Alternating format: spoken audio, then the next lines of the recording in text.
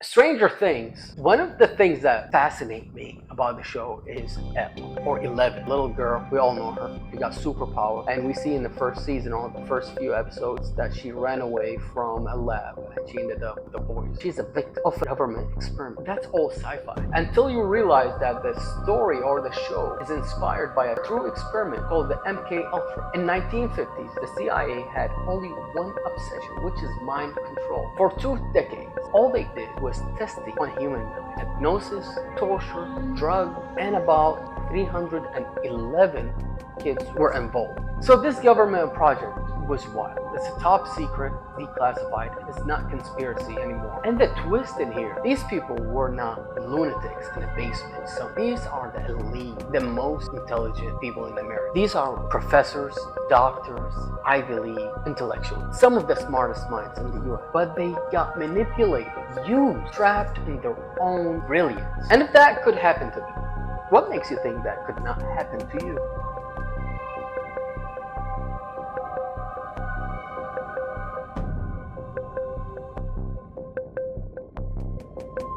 In the 1950s, for 20 years, the CIA were obsessed with one thing: mind control. They believed that with the right chemicals, you can destroy and rebuild human psyche, creating a human weapon to destroy enemies from within. So they launched this MKUltra, top secret facility, for 20 years, experimenting with prisoners, hospital patients, children, CIA agents, all without consent. They brought Harvard, Yale, Stanford professors, scientists as well. One of them is Dr. Sidney Gladwell. He became the godfather of psychological warfare. They drugged people with LSD to erase memories, anything, to control mind, anything they wanted.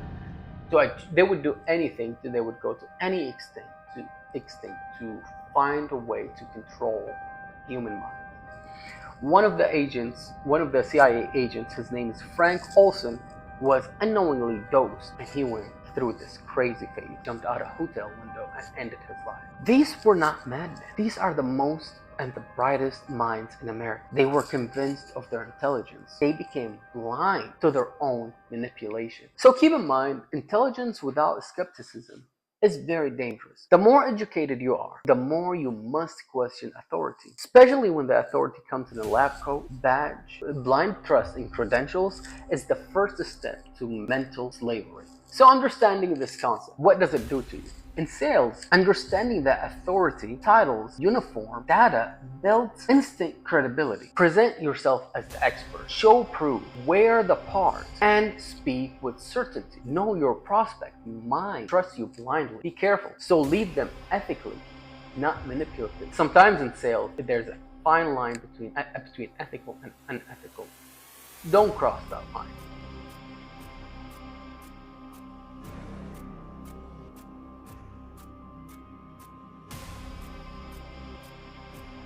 In 1971, a professor named Philip Zimbardo, psychology professor at Stanford, he set out to study how people behave when given power. You might think, if I have power, I wouldn't do something crazy, like I'm just a normal guy. This study, it just blew everybody's mind. So in 1971, he set up his fake prison in the basement of the university. 24 volunteer students, all right? And he split them into two groups: guards and prisoners, and the shock started within the first 48 hours. The unexpected happened in the first 48 hours. So they had 2 weeks time frame to finalize the whole thing, but they had to shut it down after 6 days.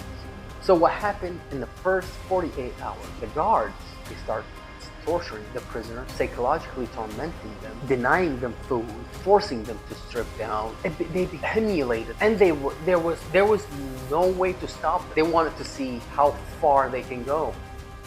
Also, the professor himself, he fell for his own play. He became the prison warden, and he did absolutely nothing until his wife stepped in, who's a colleague in the university, and shut down the whole experiment. This study proved, given power, even the brightest minds can become monsters. Even though you feel like you're a normal person, I will never do no harm. But if you give unlimited power, unchecked power, you will become a monster. So my lesson to you, intelligence doesn't prevent cruelty. Intelligence often enables cruelty when power is unchecked. Smart people use logic to justify their emotional impulses. Never assume you are above influence. The moment you do, you are already compromised. So in sales, power dynamics shape every interaction. People obey perceived authority. So control the frame, lead the conversation, ask the right questions, set the terms, establish dominance through calm confidence. Create structure your customer can step in. Don't be random, alright? Don't be loose. Have a structure.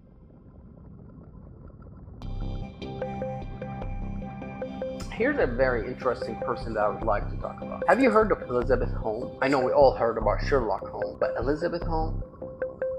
This is a very recent, not that long ago. She got out of jail in 2023 after stealing $700 million. She's a Stanford dropout who launched Theranos. That's her startup name, Theranos. Basically, it's a biotech startup. Claims to test for hundreds of diseases from a single drop of blood. A little device that will test for 100 diseases. Sounded like magic. People loved it. We're talking CEOs, we're talking about military generals, we're talking about former secretaries of state. Very bright minds followed her blindly, believed in her because she wore black turtleneck like Steve Jobs, lowered her voice to sound more commanding, and made direct eye contact. She spoke in soundbite tailored to TED Talk and headlines. And guess what? The tech failed because there was never a tech to do that. It was all a lie. Yet smart people, the people we just listed, the people who voluntarily gave up $700 million did not see it because they did not want to, not because they just did not want to see it. They were not buying the product. They were buying a myth. They wanted it to be true. Smart people are addicted to narratives that affirm their intelligence. If a pitch makes you feel intelligent and genius for believing in it, you are probably being manipulated, brother and sister. Confidence is not evidence. Don't ever mix both. So what does that have anything to do with sales? We talked in a couple episodes. Feature tell and story sell. What does that mean to you? So build stories that make your customer the genius. Sell them a future they want to be part of. Just like what Elon Musk did with the Tesla and Mars planet, where their decision to buy proves their insight, not just your product's value. People buy the story that flatters their identity. You have to know that feature tell, story sell.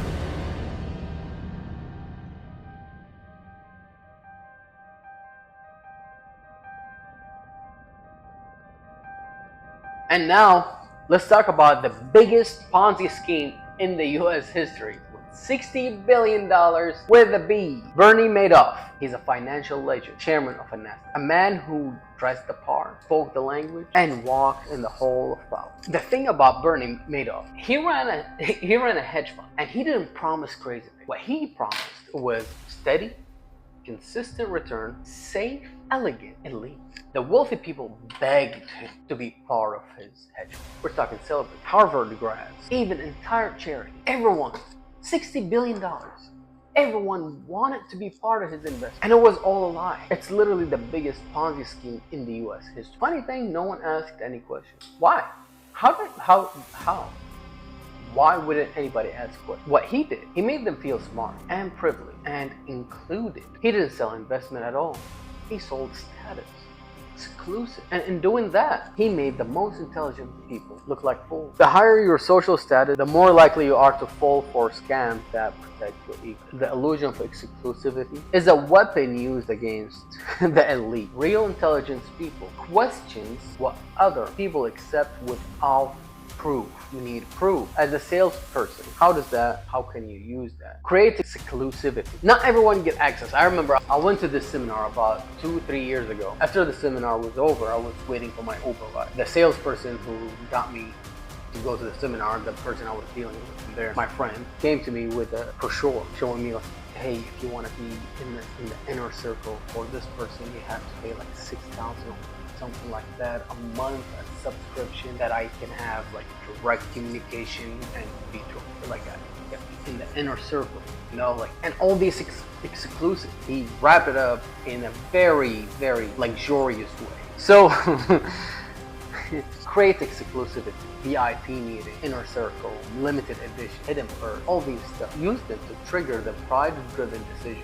Just make sure that you deliver and the value is real, not an illusion. You are watching this video and you're thinking, I'll never fall for anything like this. Keep in mind, the people we talk about, Stanford, Harvard, professors, CIA agents, CEOs, military generals, these are bright people. They earned their position in society, so they're at the top of the food chain. If those could fall for schemes like that, don't think you're better than them. Because the thing is, the smarter you are, the more likely you are to justify what you feel. That's a trap. The next lie you believe won't come with a warning. Intellectual humility is your only defense. You're not safe because you're smart. You are safe only when you admit that you're not immune. The moment you think you are too good and you are too clever to be deceived, you already took the bait. You're chewing on the bait.